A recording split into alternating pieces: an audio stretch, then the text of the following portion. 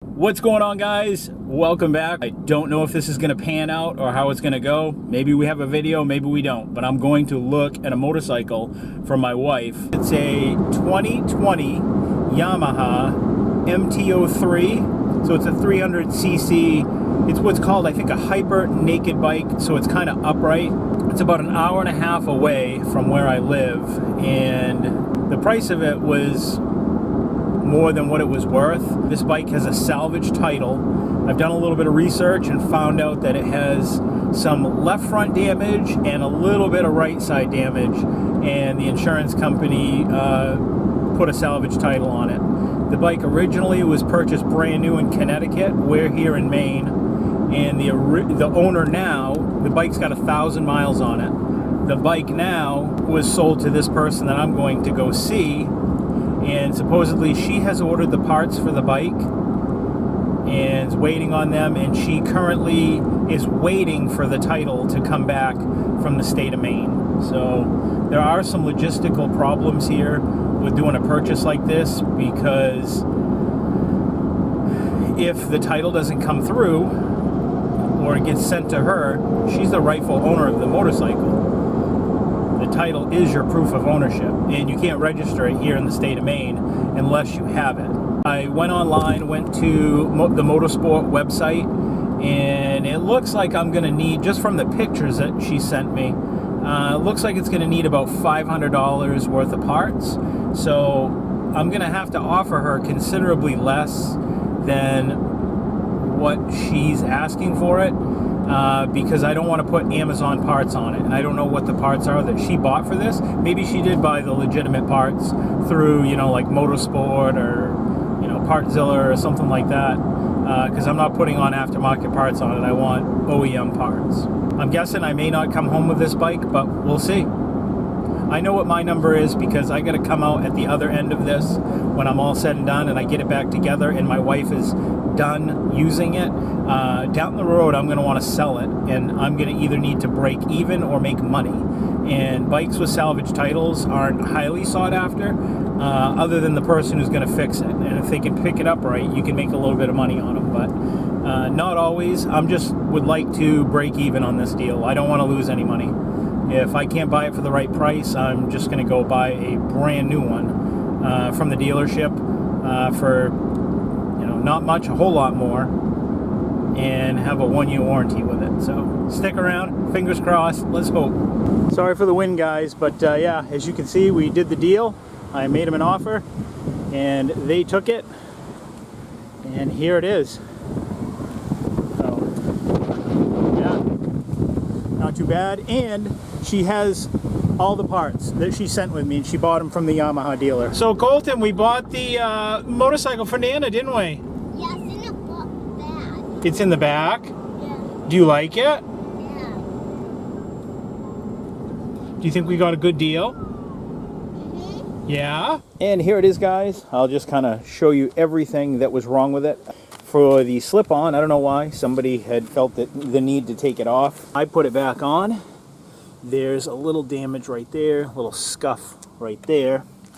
And they also, when they took that off, they managed to lose the little clamp that goes around it with the screw. And the person I bought it from, they bought it from the person who wrecked the bike, and they told me that that person was driving around with this bike without the muffler on it, I guess to make it sound better. I guess that's like the poor man's exhaust delete, I guess. I don't know. Maybe he should have focused on driving the bike instead of trying to make it louder, because he wouldn't have crashed it. Let me show you some of the damage. This actually was bent. It was just bent a little bit. It was bent like that. I just had to bend the little bracket around. This piece right here had a scuff, and she sent me a new one of these, OEM, so I've already replaced that. I put that on. This right here has a scratch. That's scratched. That emblem is damaged. That needs to be replaced. This side has a scratch, so that would need to be replaced. This little radiator guard piece here, that's scratched and damaged, so we got to replace that. I think that's it for this side of the bike. I don't see any problems here. I've ordered a windscreen and I've ordered all the parts for this. So I'm going to put a windscreen that goes up just a little bit. It's an aftermarket thing. If you look, so this bike got some damage to the left side. So they've put on some aftermarket levers, which I think they must have done that soon because it looks like they crashed it with these levers on it because it has some scarring there. But the bars, I don't know if you'll be able to see it, they look like these risers might be bent going at an angle. You see how that parallel line is not necessarily parallel with that.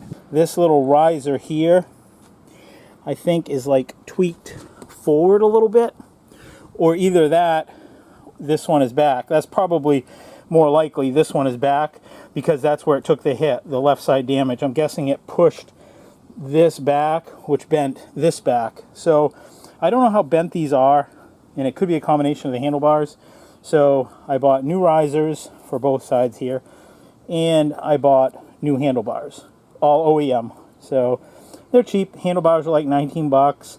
I think these risers are like 14 bucks a piece, something like that. If it needs it, I'm getting it, and I'm going to make it look right. And you can see it's got a little scratch here, and I'm assuming that that's from the person's key, because you can see how it has like little chipping right here from where the key would have been dingling around. Like I say, this bike's only got 1,000 miles on it, so I bought the upper half of this dash cluster. It's like 19 bucks, so I can get rid of that little scratch. Now, she said she's ordered the parts for this bike. I have this one. The rest of them are supposed to be sent to the house, but I just ordered everything. Depending on what she bought and what she didn't, I'll have everything. And if I do end up getting it from her, I'll just end up selling them on eBay or something. I've ordered this little thing here. Little scuff on the side case down here. Nothing big. I'm not going to do anything with that. I will just probably take some matte black fingernail polish and touch that up. And the one above it, right here, that's just like adhesive from a sticker. And they bought a Fender Eliminator kit, but they never bothered to figure out a way to mount the taillights. So I've ordered some brackets to go onto this that'll mount the factory taillights. Now, if you remember correctly, I told you when I was picking up the bike that she said that there was an oil light indicator that was flashing on the dash that meant that it needed an oil change. I was a little scared of that. That's a little concerning. So I've since done an oil change, and yeah, she's right. The oil came out. It looked good. You're supposed to change the oil at 600 miles. The oil had never been changed. And it had 1,080 miles on it. That's how many miles the bike has on it. So we're going to do a cold start right now. And I'll kind of go through the functions and features with you. So to start it, it's kind of weird. You pull this towards you. So this is a cold start. Like I said, it's a fuel injected bike. Oh, and this right here has a little bit of scratches right there. So I ordered this panel and that decal as well.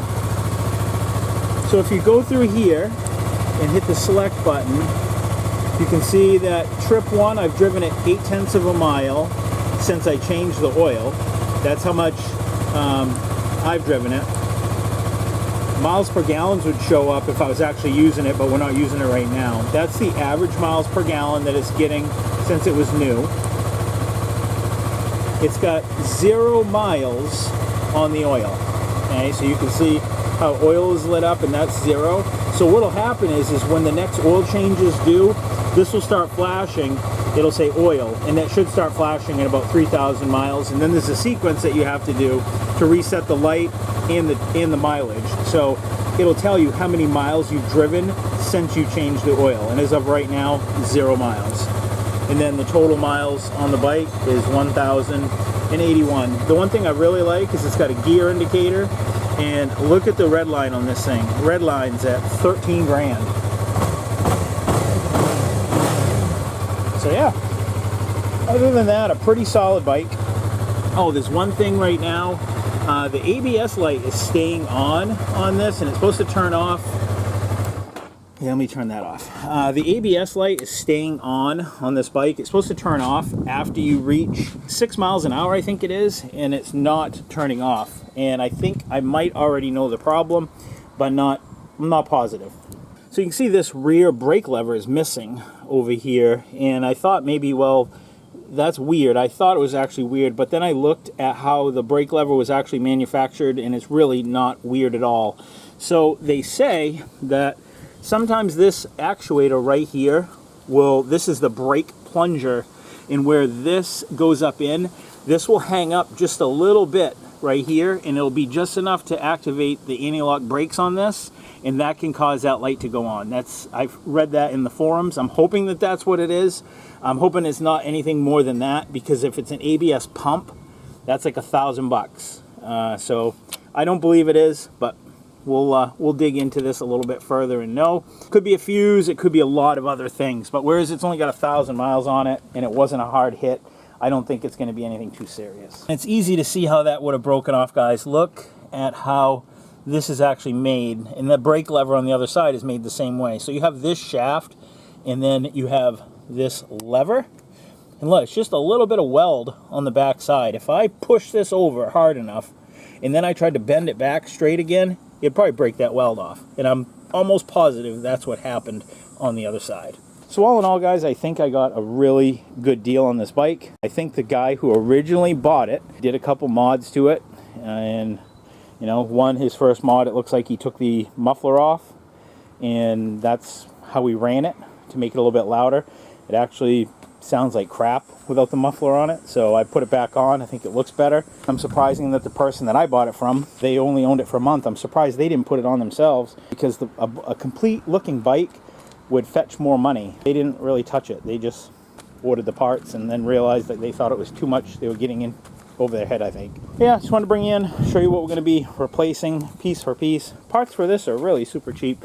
Like this little piece right here is like 19 bucks, and you can see that this piece over here is kind of all floppy and moving all around, and it's got some broken pieces on it where it went down. So I've ordered, I think, everything that I could possibly need, and like I said, whatever parts that she ends up supplying to me, I'll probably just put on eBay and just sell them cheap just to recover some of my loss. You know, I just wanted to make sure I had everything that I need so I can get working on this bike and she can start riding it. So one of the very first things I want to focus on, guys, is all the mechanicals of this bike. So whereas it had a front end crash, I want to make sure that the rim's not bent, that everything's true, that the rotors aren't warped, and there's an ABS light on the dash, and I think I figured out why. Look at this ring. This ring is what picks up the ABS signal, and you can see how it's touching almost here, but then you come over here and it's off the wheel hub surface. So I think that's why we have the ABS light. I'll try to straighten it, and if I can't straighten it out, or if that doesn't fix it, I'll just order a new one. This is only like 10 bucks, something like that. But for right now, I'm going to put this wheel up on the truing stand. I'm going to closely inspect the tire, make sure that there's no cuts or any issues. And like I said, make sure that the wheel's straight, make sure that the wheel's balanced, and that everything is good. So let's get going there, because the mechanical issues are what's most important. First off, we can take care of all the cosmetic stuff later. So it's saying it's heavy on the bottom, but I don't know how heavy. So I'm going to show you a little secret that I do. So what I do is I take a rare earth magnet, and I've got one that's a little bit bigger if I need to use it, but I'll take that rare earth magnet. Obviously the heavy part of the wheel is right here. So I'll put this magnet right up here at the top, and now we'll start attaching our wheel weights to that magnet. Then we'll add them all up and see what we need for a weight. This wheel is balanced just by the weight of that magnet, and that magnet weighs very little. Maybe we could put a 1/4 ounce on it, but that's about it. It is 7 grams. Let's see what that does. As you can see, 7 grams, 1/4 ounce is even too heavy. See how the weight's going down?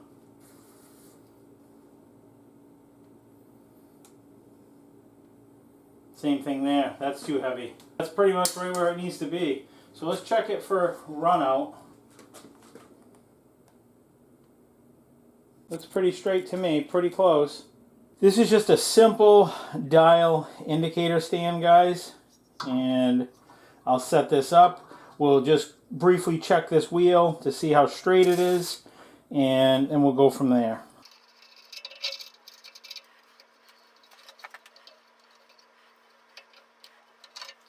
And we can also use this to check the face of the brake rotor as well, which we'll do.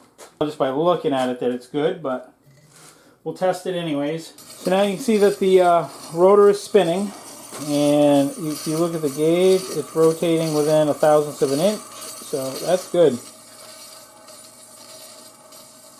Now the front wheel has a little bit of run out. It looks like it's got about 12 thousandths of run out, and I'm not sure what the tolerance is with this wheel, but we'll check it on both sides. So there's 12 thousandths on that side, but then again, that could be a little dent in the rim, so we'll check the other side too. 10, 12, 15 roughly.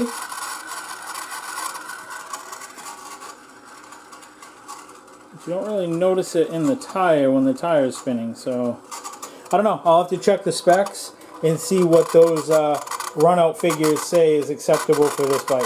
Alright, so that looks like it was just a bump on that side. So we got, yeah, about 12,000 here. And that would be like radially, so like oblongly. So I'll check the specs and see what they call for on these wheels, because there is a limit that the wheel's allowed to be in as far as being true. And I'm not sure if we're in that limit or we're not. And if we're not, then we'll pick up a new wheel. The thing is, I've never ever taken a brand new wheel and measured the limit on it to find out what it's supposed to be. Get this off here. We'll see if we can straighten this out. Then we'll see if this fixes our ABS light. Check that out, guys. Got a little wave to her.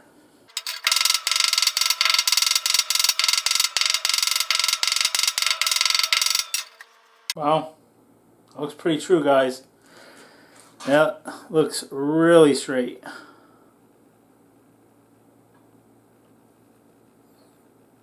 Let's try it, see what happens. Surprisingly enough, guys, these wheels say made in China on them. Kind of odd, huh?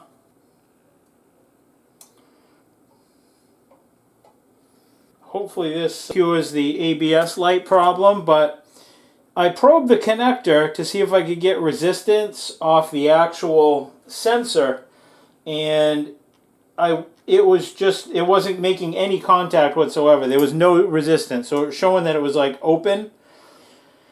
So either I didn't have the probes in deep enough into the connector, because it's a really tiny connector. So it was either that or the sensor is bad. I don't know. I still got to check the specs on the rim. I have to say it's probably close. I wish it would be better, but I'll find out. I'll look into it.